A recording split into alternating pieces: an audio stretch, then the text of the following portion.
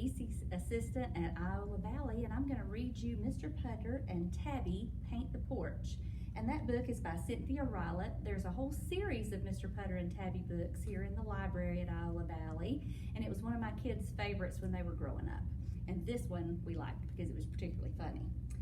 So, Mr. Putter and Tabby Paint the Porch. The porch. It was springtime, and Mr. Putter and his fine cat Tabby were feeling chipper. The birds sang, the sun shone, the flowers bloomed.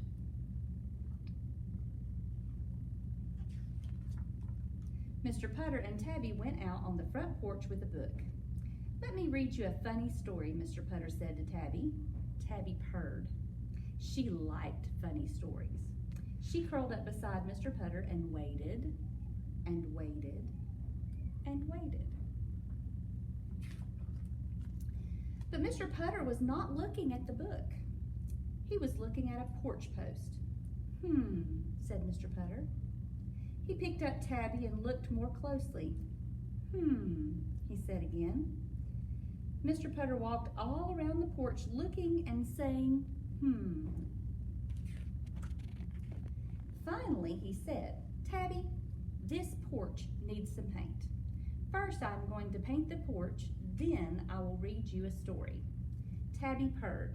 She liked Mr. Putter's plans, especially when they included her. She followed him to the basement, swishing her tail, happy it was spring.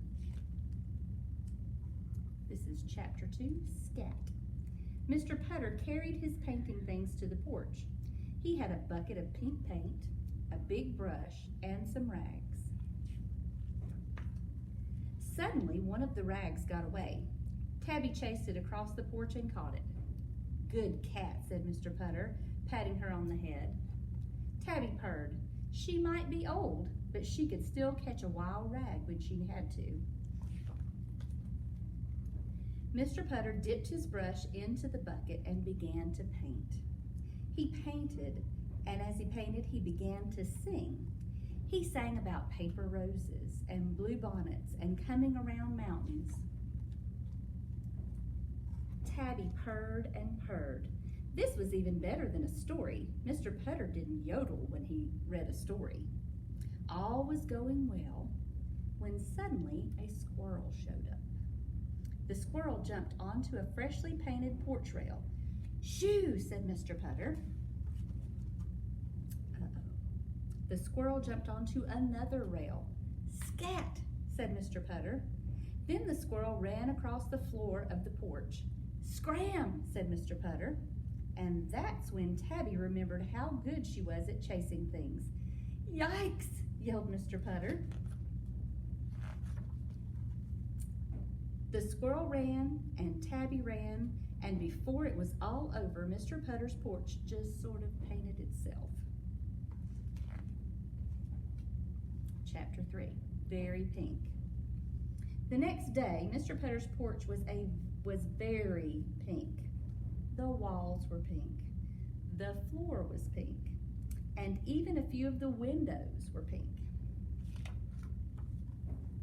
And Tabby was very pink. Mr. Putter's neighbor, Mrs. Teaberry, walked over with her good dog, Zeke. "Oh dear," she said, looking at Mr. Putter's porch. Zeke was sniffing Tabby's pink whiskers. Mr. Putter sighed. "I have to do it all over again," he said.